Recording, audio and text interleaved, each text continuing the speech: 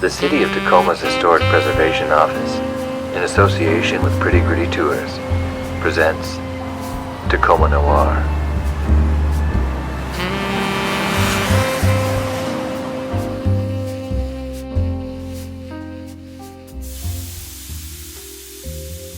Private investigator Ray Rook was standing in the middle of an underground bathhouse as he waited for the police to arrive. In the middle of the floor, the body of Father Frederick Kelty lay in the center of a pool of his own blood. It looked like a smaller caliber bullet had done the trick in a flash.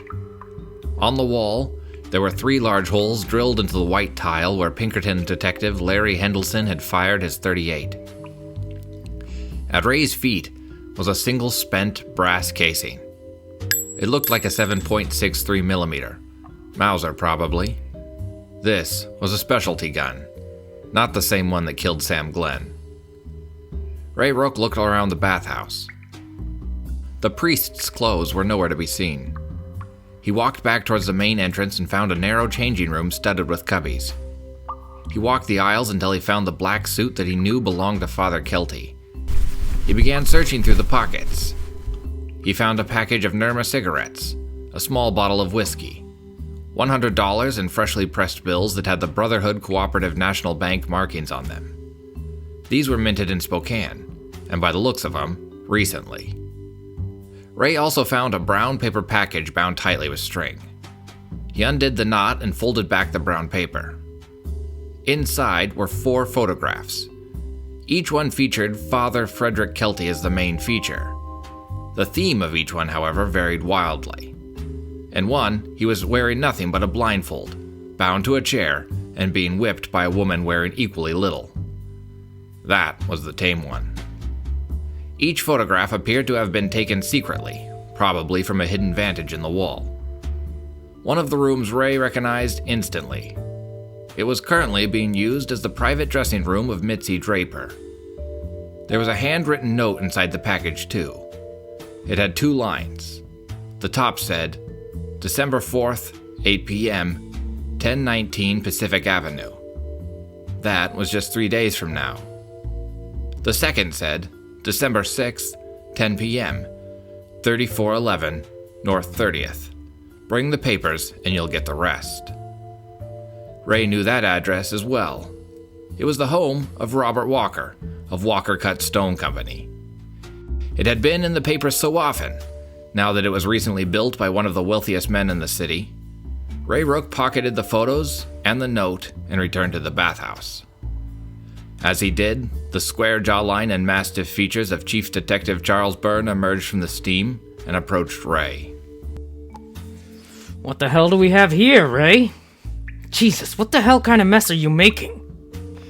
I've got good news and bad news, Charles. Charles Byrne signaled the entourage of officers that had come into the bathhouse beneath the Ruby Theater with him, and they took up their positions to secure the crime scene and began taking notes. I need to hear that you didn't put the bullet in this guy. No, I didn't shoot him. You were right. That is good news. No, the good news is I know who he is. Damn it, Ray! This is the second stiff today that you knew. A suspicious guy might think you were involved in this. Chief Detective Charles Byrne's hand squeezed the grip of his revolver like he was holding it back from jumping out on its own. Well, if you think it's me, Charles, you know what to do. Oh, Jesus, Ray, I know you didn't do this. I need you to fix this, though. We just put away 43 Joes in a raid, and then this morning, Chief Smith is barking down my throat to give the underground of this city a thorough cleaning. Now I find a body in a bathhouse. Ray, a woman was shot to death in her apartment this morning. A woman, Ray. There's no decency left in this world. Well, now the bad news. This is Father Frederick Kelty, a priest. The heat from Detective Charles Byrne's rage turned the bathhouse into a sauna. He bared his teeth and began barking orders at the uniforms taking notes at the scene. He turned back to Ray and made to speak when the 2 Pinkertons entered the bathhouse again from the rear entrance. No! What the hell is this? How many people have to get involved in this? What the hell are you 2 doing here? We saw the guy who did this. He's our man, a local lowlife by the name of Vincent Woodford. Runs with the Sandberg outfit and acts as muscle for them. Detective Alan Steele produced a photo from his fine Pinkerton jacket with its brass buttons and showed it to the chief detective and Ray Rook. It was a criminal jacket with a mugshot attached. The Pinkertons had the most sophisticated and comprehensive criminal database in the country. They kept records on all their callers and organized them meticulously. We would have had him too if we had been here a moment sooner. I got 3 shots off. You got 3 shots off before you could see him. Pinkerton Detective Larry Hendelson shrugged off his partner's jab and adjusted his jacket with its worn brass buttons. It looked like he hadn't slept in days. I'm not surprised to see you here, Rook, Larry said as he took out a hand-rolled Blue Boar cigarette and lit it up. I thought we made ourselves clear. You need to back off of our case. As the only police officer here, I make the call whose case is what. Rook here works for me as a consultant. Now that the Sandberg outfit is involved, this is going to get messy. Charles paused for a moment and then turned to Ray. Hey, what were you doing down here, though, Ray? The priest here came to my office tonight. Tried to hire me. Told me that your guy Vincent was the same guy who killed Sam Glenn. Alan and Larry exchanged glances. You think they were connected? I think our friend here was deeper in than he knew. Ray removed one of the photos from his pocket and handed it to Charles Byrne. Seems to me he was being blackmailed. My guess is he tried to get me to off the guy pulling the strings. Vincent. This looks like his work. I'm not so sure. I need to run something down. Say, Charles, where's your forensic buddy? I need him to look at something for me. Get this handled, Ray. Oscar Richter's down at the police headquarters. Keep it short. He's up to his elbows in the muck of this city already. Charles turned to the Pinkertons. Now, as for you two, you can start answering some questions or you can get out of my crime scene. Ray Rook tipped his hat to the chief detective and 2 Pinkertons and went back upstairs. He entered the hallway at the top of the stairs and went back to Mitzi's room. He knocked lightly on the door. A moment later, she opened it just a crack. When she saw Ray's face, she threw the door wide and flung her arms around him. Ray! What's happening? I heard screaming. I didn't want to go out. It's fine. Maybe avoid the baths for a while, but everything's safe now. Mitzi fit another Chesterfield into her filter and offered the tip to Ray. He let his lighter alight on the end of her cigarette and watched the bright glow warm the space between them. There was another knock at the door. Mitzi positioned Ray between herself and the door. A voice called from the other side. Hey, babe, it's me.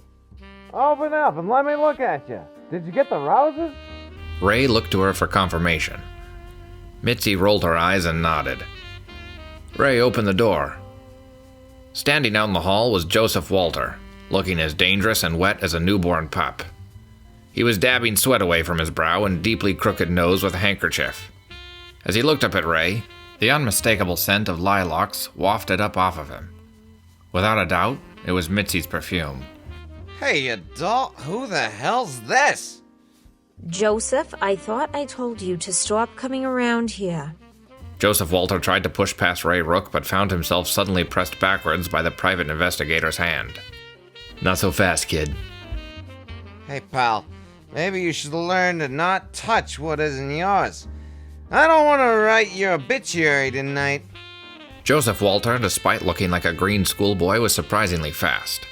He popped Ray in the jaw with a left hook and brought his right fist up into Ray's stomach before Ray could react. Ray Rook threw a punch of his own, but Joseph ducked it.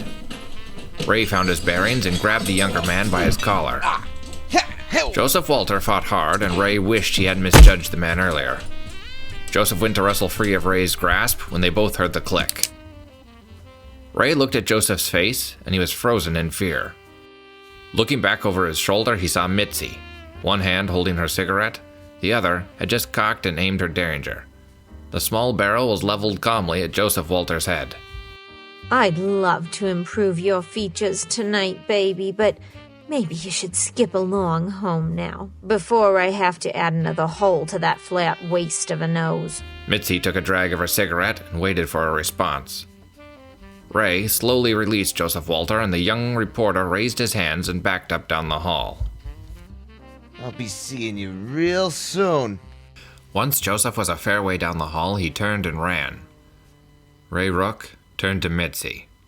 I see you haven't lost your touch. Mitzi shrugged a little. I am fabulous. It's true. You know that guy? Mitzi nodded. Most of my fans have a little crazy in them, but this particular one is a slimy little thing.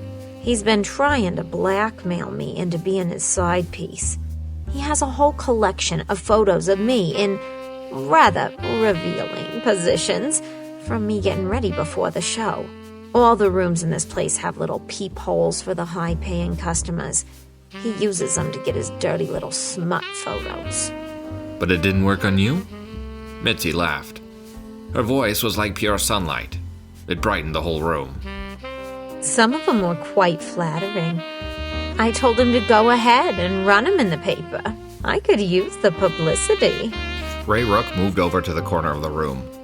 The roses on the side table were the same ones he had seen Joseph Walter leave the Daily Ledger building with earlier in the evening. The card was still inside. Ray picked it up and looked at the handwriting.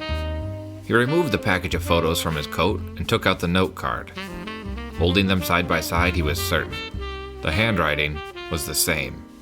I know that look. You've got something, don't you? We might need to wait on that drink, doll. The good ones never stick around. Maybe you can come back and catch another show. Or if you want, I'm doing a special performance on December 6th at some bigwig's place. All the wealthy elite of the city are gonna be there. Where's that?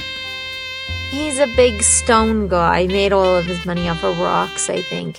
He's having a special magic show for the big-time business partners.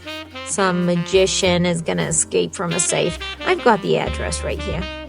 Mitzi went to her coat and took out a gaudy invitation card on thick cardstock. An evening of magic, feats to delight the mind and seduce the senses. 9 p.m., December 6th, 3411 North 30th. Ray looked at the card still in his other hand and compared it to the invitation Mitzi had just handed him. The address was the same. Of course it was. All the filth in this city flowed down the same drain. Ray Rook needed to get into this party. Mitzi, you're an angel. Want a private security detail for your evening? There are unsavory men everywhere. She slipped the Derringer back into her handbag and looked Ray up and down. It's a date. Pick me up at my hotel on December 6th. And Ray, don't keep me waiting. It's a promise. The first date on the note Ray found said December 4th, 8 p.m., 1019 Pacific Avenue. It was the address for the Washington building. Ray went back to the scene where Sam Glenn's body had been found that evening and waited. He went back to the covered section of sidewalk he found the first day, a spot where he could watch the building but be covered on 3 sides. The corner stank of piss and was littered with shredded pieces of paper and loose tobacco. Ray waited for an hour, but nobody showed. He moved into the local cafe to browse their selection of cigarettes. Nirma, Chesterfield, Lucky Strike. He asked the guy at the counter if they sold Blue Boar, but there was no answer. This was the 5th stand trying to find a place that sold Blue Boar tobacco, but so far, no one had it. Ray moved out of the cafe and went back to look at the scene. The steel girders where Sam Glenn's body had been found were close to the foreman's office and directly below one of the open sections of the building. He noted earlier that Sam's body hadn't left an impact mark at the site by the girders. Looking around, he found a large indentation at the crown of a dirt pile directly below an open section of the tower. He must have been dragged to the girders after falling. But by who? Ray poked around to see if there was an easy way up to the first exposed level. Most of the lower floors of the building had been walled in by this stage. The 10th floor remained exposed, however. Inside the building, there was a service lift with a mechanical pulley that appeared to be used to bring materials to the upper floors. Ray got down to the ground and blew back a fine layer of metal shavings and dust. The industrial metal floor of the lift looked as though it had been covered in blood and then hastily wiped. The deep grooves still had the rust-brown coloration inside them. Ray pulled the lever to make the lift ascend. As he did so, a jagged piece of steel that stuck out from the edge of the lift caught his jacket, and when he went to pull it back, it scraped one of the cuff buttons loose from his coat. He toyed with the new hole in his overcoat as the lift began its slow rise to the 10th floor. When he arrived at the open expanse of the 10th floor, he caught the blood trail again. Along the steel beams were drag marks. Sam Glenn had been killed before he had been brought up to the 10th floor and thrown from an open frame of the building. Ray looked over the ledge as the sharp December wind needled his face. On the other side of the corrugated metal fence that divided the pile of steel girders where Sam Glenn's body was found was a large open pit that extended down into the foundation. Ray had missed it from the ground level.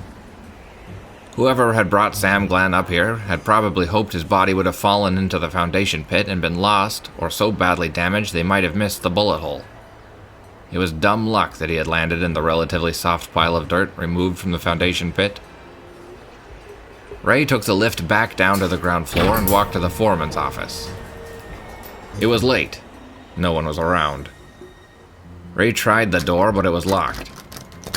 Taking out a small lockpick from his pocket, he applied the tension rod to the lock and popped the pins with his pick.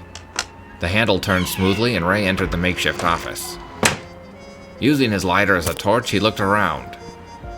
Everything seemed to be in the same order it was 3 days ago when Sam Glenn's body had been found there.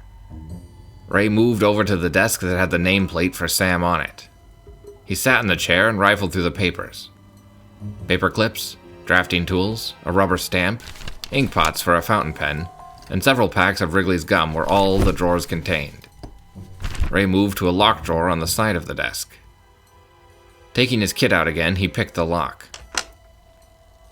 The brass keyhole looked as though it had been scratched. Maybe someone had beaten Ray to the drawer. Inside, there were several folders containing purchase orders for materials, drafts for the various floors, and plans for the remaining ones. There was also a folder marked Brotherhood National Collective that lay empty. At the back of the drawer was a carton of cigarette boxes, Lucky Strikes. Ray recalled that he didn't find any cigarettes on Sam Glenn's body and the carton was untouched. Ray opened the carton and pressed underneath several boxes of cigarettes was a detailed draft of a very large safe that was to be installed in the basement of the Washington building. He noted the lines that ran underneath the safe. It looked like there was a steam tunnel planned to run directly beneath it. He noted also that there were pressure marks and indentations that had been zoned for safety procedures underneath the safe. Perhaps a weak spot. Ray folded up the draft, placed it inside his jacket breast pocket. He then took several sheets of blank paper from the desk and stuffed them inside a folder, wrapped the cord around the closure, and left the office. Ray crossed the street and turned to look back at the Washington building. A darkness fell over Ray Rook's face, a deep shadow that not even the soft glow of his lighter would push back as he lit another cigarette. It had been 3 days since the body had been found, and his pool of suspects was only growing, spreading like a dark puddle across the sidewalk. Looking up at the steel skeleton of the Washington building, he felt the razor edge of the wind blowing up from Commencement Bay. So far, the 20s had been a bust. Not all that they had been promised. Hopefully, the 30s would look better.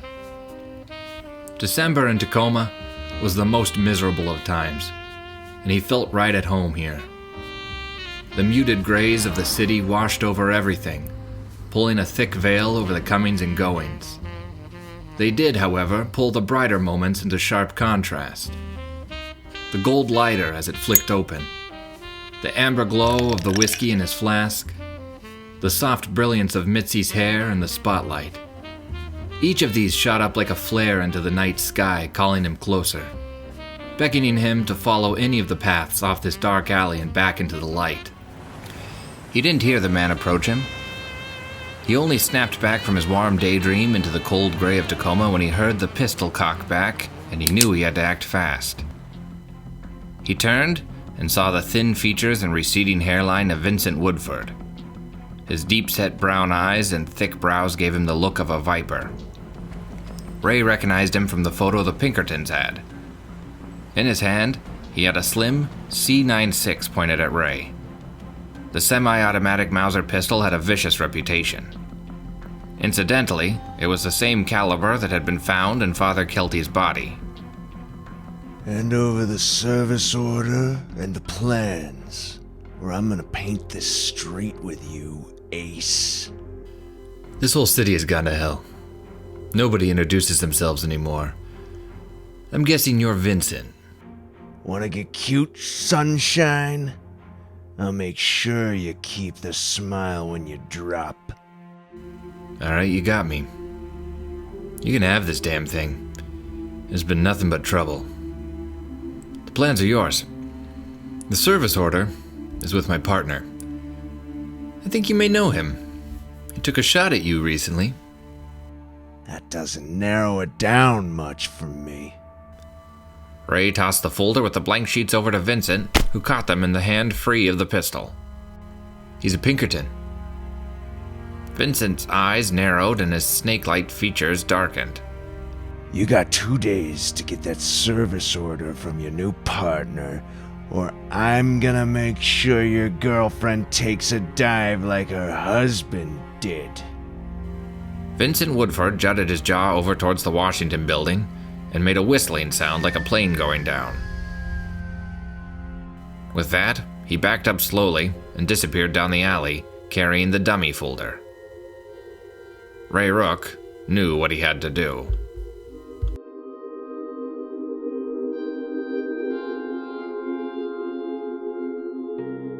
Ray looked up from the newsstand in front of the Tacoma Hotel.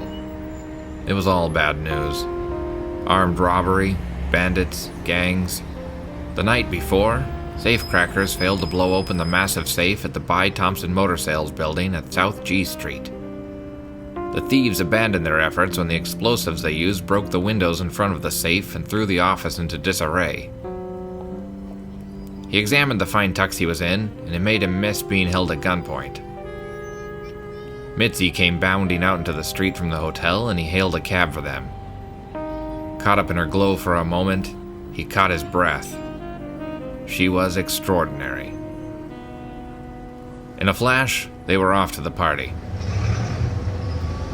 Wealthy stone baron Robert Walker had moved from England in 1882 and made his first fortune here in the United States. In 1907, he had moved to Tacoma and made his second fortune in stone. His wealth paled in comparison, however, to the evening's second host, Ray Gamble. Ray was a newly minted millionaire who had arrived in Tacoma poor and industrious. He had found the secret to turning the fine sawdust that clogged Tacoma's lumber ports into a stabilizer and accelerant for dynamite. When he sold the formula to the U.S. military, he cashed in and was left to his businesses, inventions, and true passion, magic.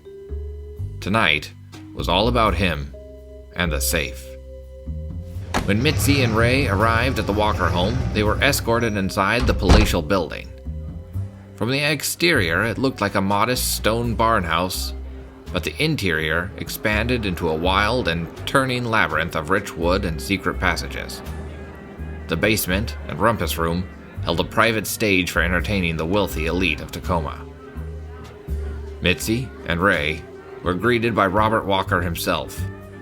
He was a larger-than-life man, towering above the others, with a rich British accent and the gravity of a man who wielded his wealth like a wrecking ball. When he spoke, the rafters shook. Ah, Miss Draper, you have arrived. I cannot tell you how thrilled we are to have your fine skills on display tonight. I see you've brought, what is he?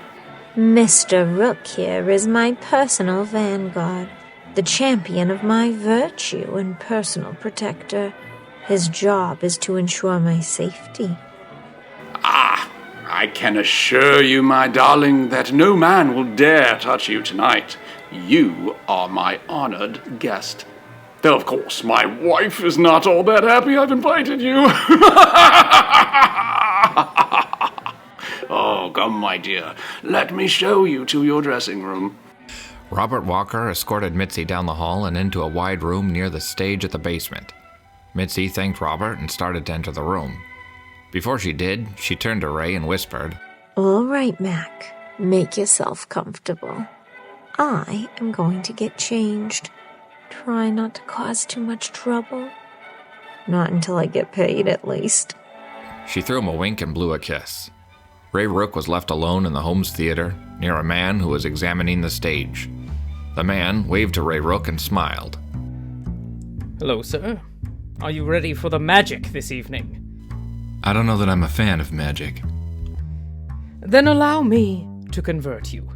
Ray Gamble is the name. It is a pleasure to meet you, Mr. Rook. Ray Rook. A fine name. Welcome to my show tonight, Mr. Rook. Tonight, we succeed in the impossible. You're gonna find an honest man in Tacoma? Ray Gamble laughed. Not everything is as it seems. Take this home, for example. Ray Gamble pressed on one of the wooden wall panels and it softly swung open to reveal a slot machine. That is a neat trick. The whole home is filled with secret passages, hidden coves, and mysterious delights.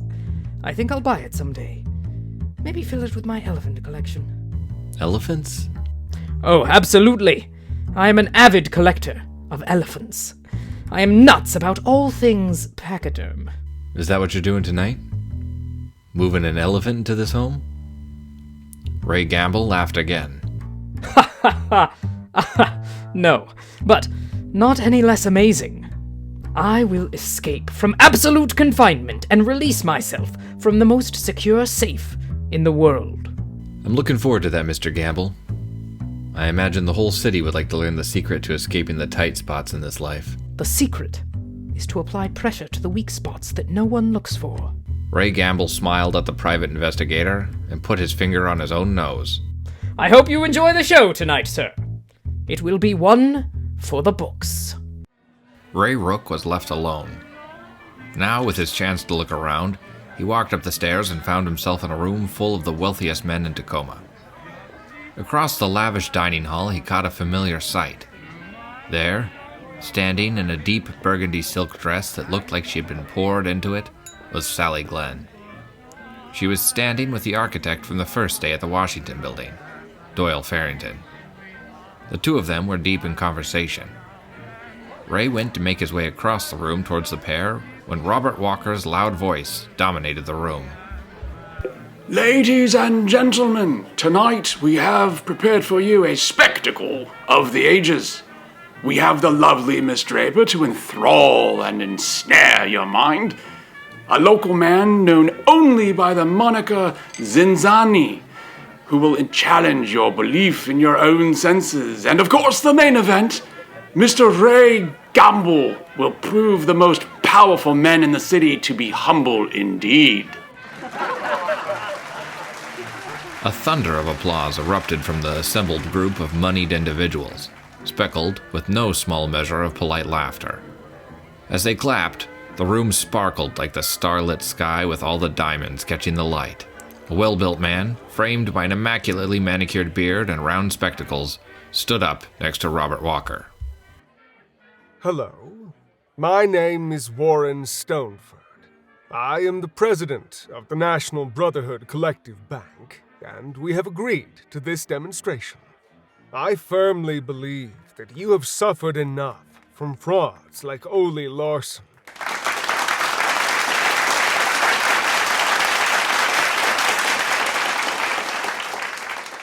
That's why I want to paint a new future for the Scandinavian Bank building. And we'll be setting up our secure financial institution in the basement of the new Washington building. The agreement has already been made and the deal struck.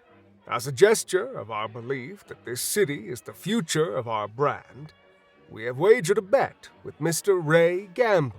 He believes that his mysticism and illusion can find a home in a world of rapidly modernizing development.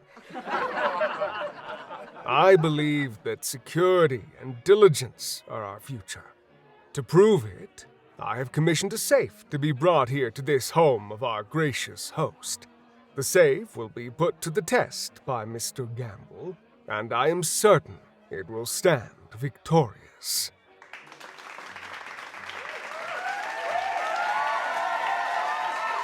Another round of applause from the crowd. This time, a man with close-cropped hair worn long on top and a wild and boisterous energy bounded into the middle of the room like a lion tamer. It was Ray Gamble from the stage in the basement. The celebration and applause was deafening.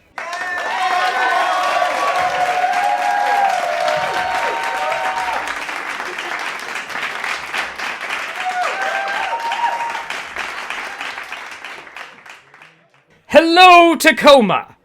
You know me, Mr. Ray Gamble. Tonight, I will be locked inside the finest, most secure safe the Brotherhood National Collective could provide. However, I will in only a moment escape to safety and prove that nothing is truly as it seems.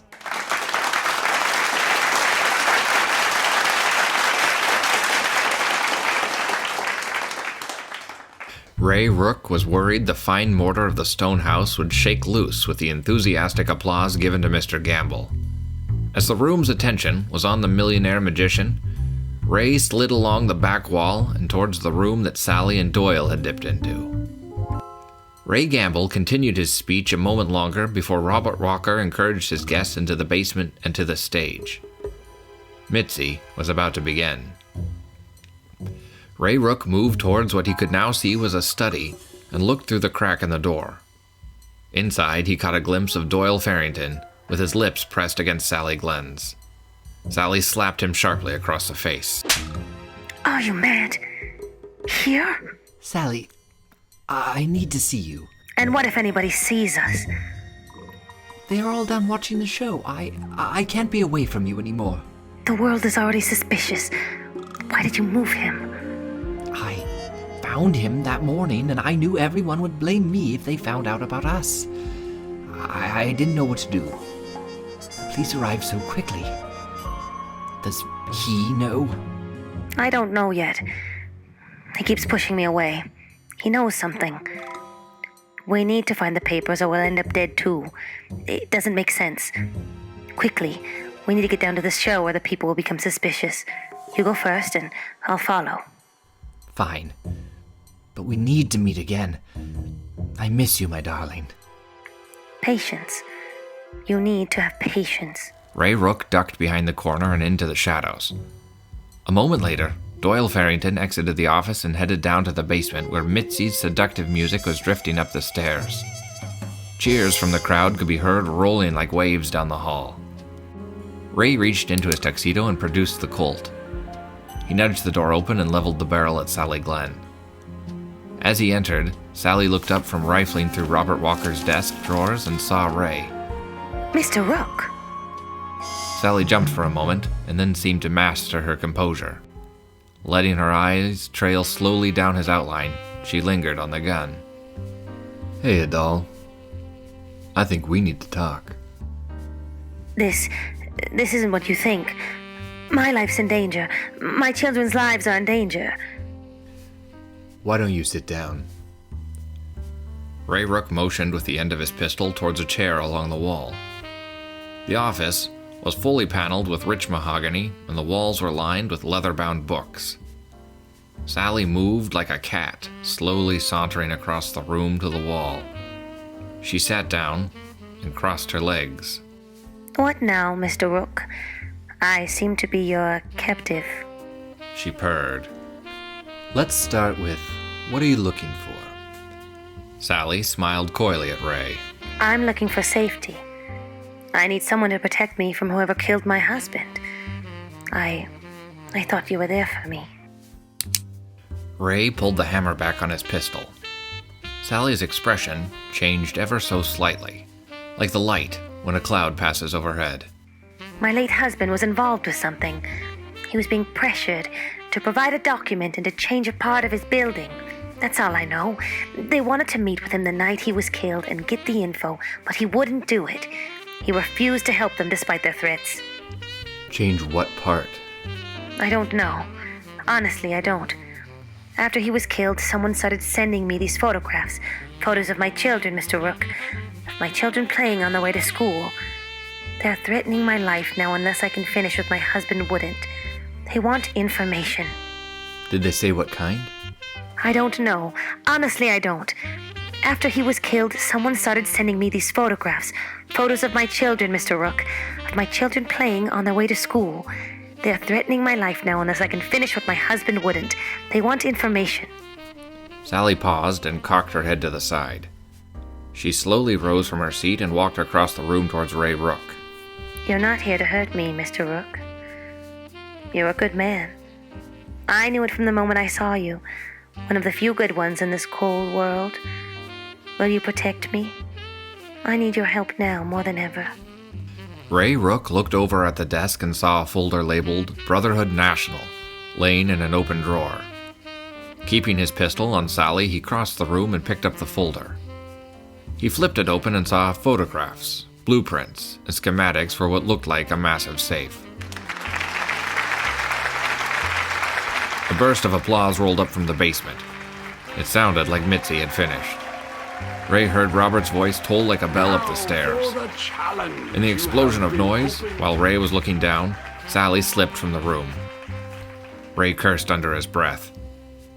Moving fast, he flipped through the folder, carefully studying the information. He picked it up and slipped it, with his pistol, back into his jacket. Robert's voice was clear as day. And now, for the challenge you have been hoping to witness. Ray followed the sound down into the basement. There, the assembled mass was crushed against the stage. A large safe had been rolled into the middle of the performance platform by two young men acting as Ray Gamble's assistants. One had the youthful face and crooked nose that Ray recognized. It was Joseph Walter.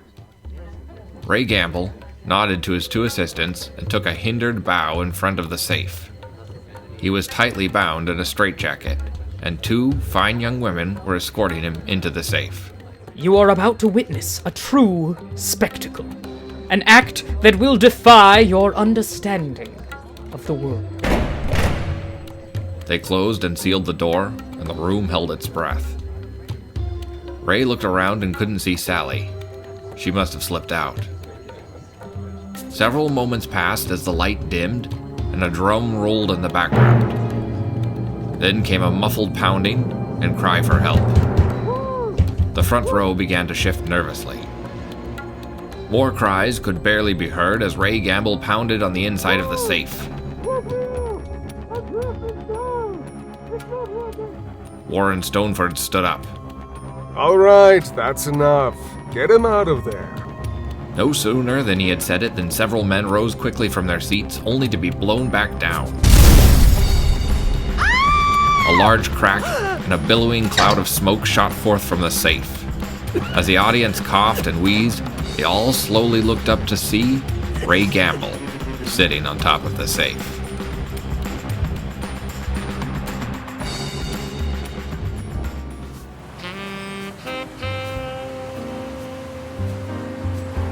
Don't forget to join us next week for the final episode of Tacoma Noir, and to submit your answers once you know who the killer is at prettygrittytours.com under Tacoma Noir.